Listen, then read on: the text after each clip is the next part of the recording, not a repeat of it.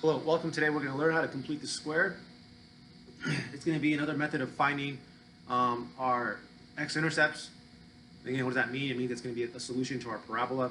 And this is going to be a useful method that you're going to be using in your future math classes. So it's something I strongly recommend that we, again, always take notes and then just refer to the topic and the essential question. The essential question is, how do you solve a quadratic equation where previous methods used are not practical? So what are our previous methods? So our previous methods were factoring and then using the zero product factoring method to go ahead and find the zero. Also, the previous methods go ahead and find the zeros, taking the square root of both sides. So when those things are not useful, we can go ahead and use this method here. And it's 4 steps, and we're going to go over those 4 steps one by one. So step 1 is you find half of b. So again, what is b? We refer to the equation in standard form, ax squared plus bx. So I guess number 1 is going to be take half of b. Okay, you take half of b.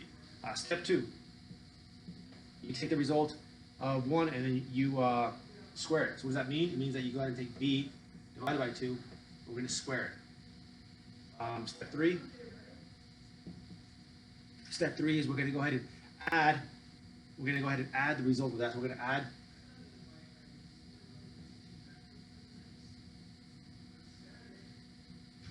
both sides.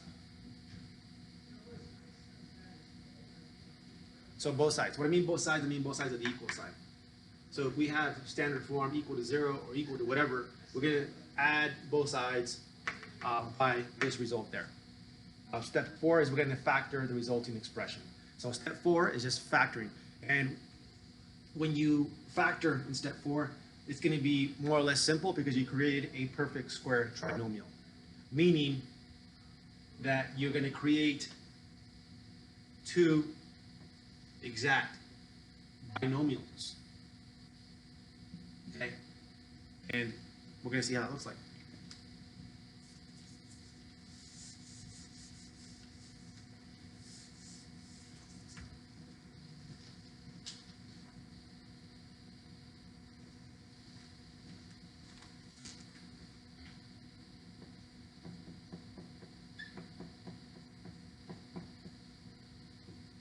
So we're going to start again with standard form. Step 1, what we're going to do is going to take the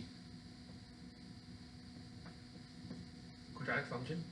What's my b? We're going to add, again, we're going to set it equal to, set it equal to 0.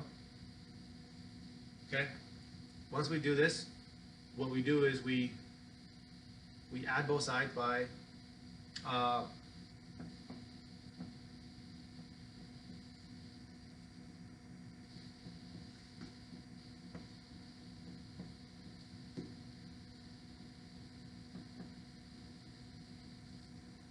so what do we add on both sides by? It's going to be my b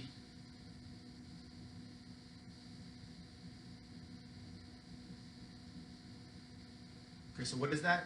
Let's plug in our information, right? So let's go ahead and do that.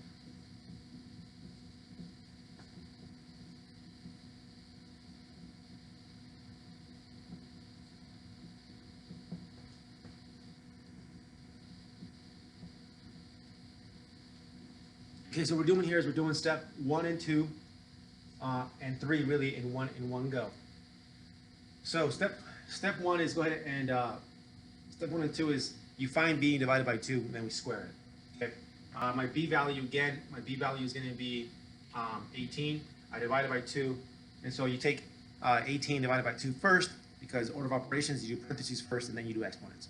So what happens here is we get left with x squared plus 18x plus, what is it, 9 squared is going to be 81 equals 81 on this side.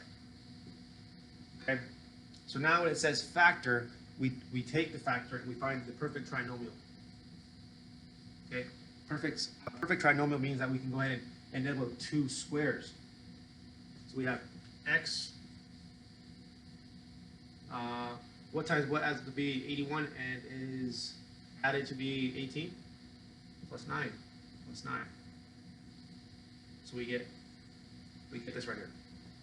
So the idea behind completing the square, the entire purpose of completing the square is to end up with a perfect trinomial. What does that mean? It means that when we factor a perfect trinomial, you end up with 2 identical binomials. So x plus 9, right, equals 81. So now our goal is to go ahead and solve. So when we do this, we go ahead and say, I'm gonna come up because we're out of space. We have x plus 9.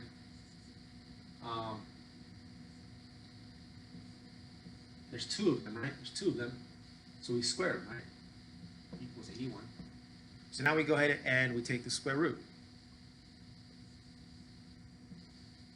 Now when you end up here is you end up with x plus 9, right? Because the square root gets rid of the root, 2, power of 2.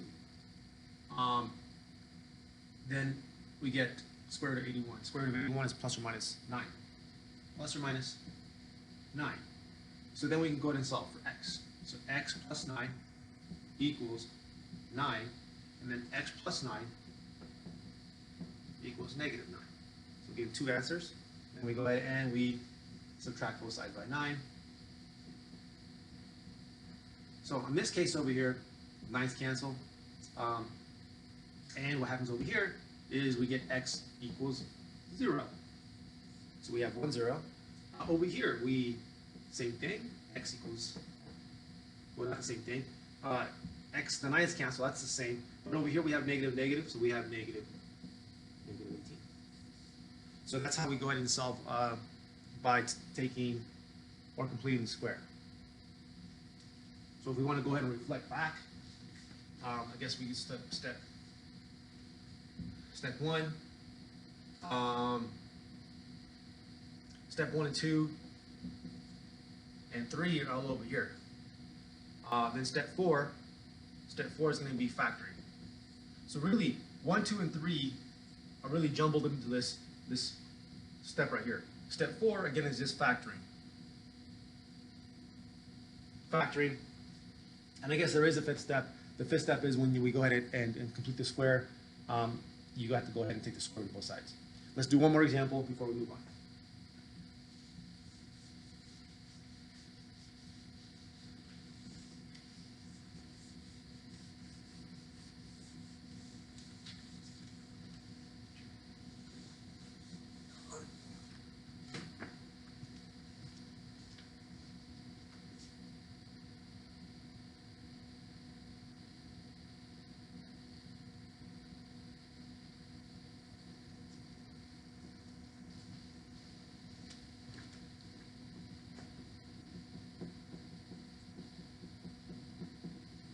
Okay, same thing. We're going to start with ax squared plus bx plus c to identify our coefficients. In this case, we're going to do the same approach. So again, step 1, we have x squared minus 18x, and again we're going to add to both sides of the equal sign. Okay, both sides of the equal sign. We're going to add this. B divided by 2 squared. B divided by 2 squared. Okay? We're going to do that to both sides. Now my B value, again, is going to be negative 18. So we take step 2 and we plug in our information. Negative 18 divided by 2 squared equals negative 17 plus, again, negative 18 divided by 2 squared. When you have a negative number, it's always going to be positive because we're going to square it. So we're going to say the same thing. Negative 18 divided by 2 is 9. 9 squared is going to be positive, right? So we're going to end up with x squared minus 18x plus, again, negative 18 divided by 2 is negative 9. Negative 9 squared is going to be positive 81. Positive 81 equals minus 17 plus 81. Okay? So we end up here is, now we can go ahead and factor. We can factor on this side. Again, this is another perfect trinomial. Perfect trinomial. X, what multiplies to be positive 81? Adds up to be negative 18. It's going to be minus 9 and minus 9. Okay, on this side, we have negative 17 plus 24. So that's going to be 64.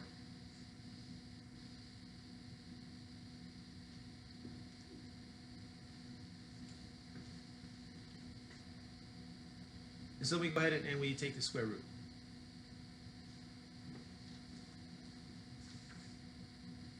We have, I'm going to go over here. We have x minus 9 squared equals 64. Do the square root. Take the square root. X minus 9 equals plus or minus 8.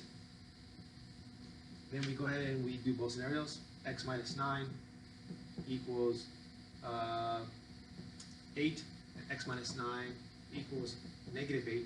We go ahead and we add both sides by 9. These cancel. X equals 17.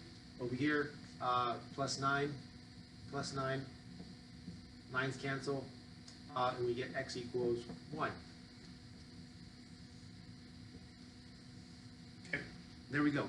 Again, the idea is to take a trinomial, put it in standard form. If you can't factor it, doesn't factor out completely, you can always do complete in the square, and you're always going to get a perfect trinomial, which means you're going to always get an opportunity to go to square root both sides and obtain your x-intercepts / solutions for the problem.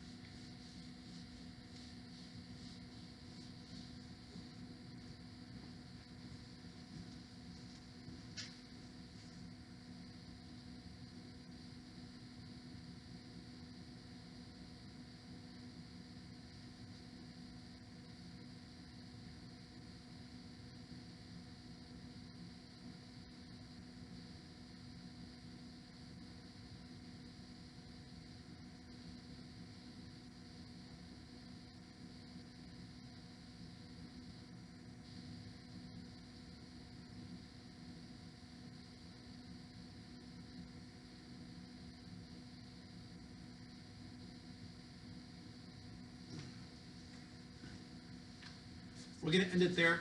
I did one more example there, just kind of doing it quickly because I don't want to spend too much time on these videos. But the idea here is that we need to know how to factor. If we don't know how to factor, we need to go back and review how to factor. I hope this was helpful.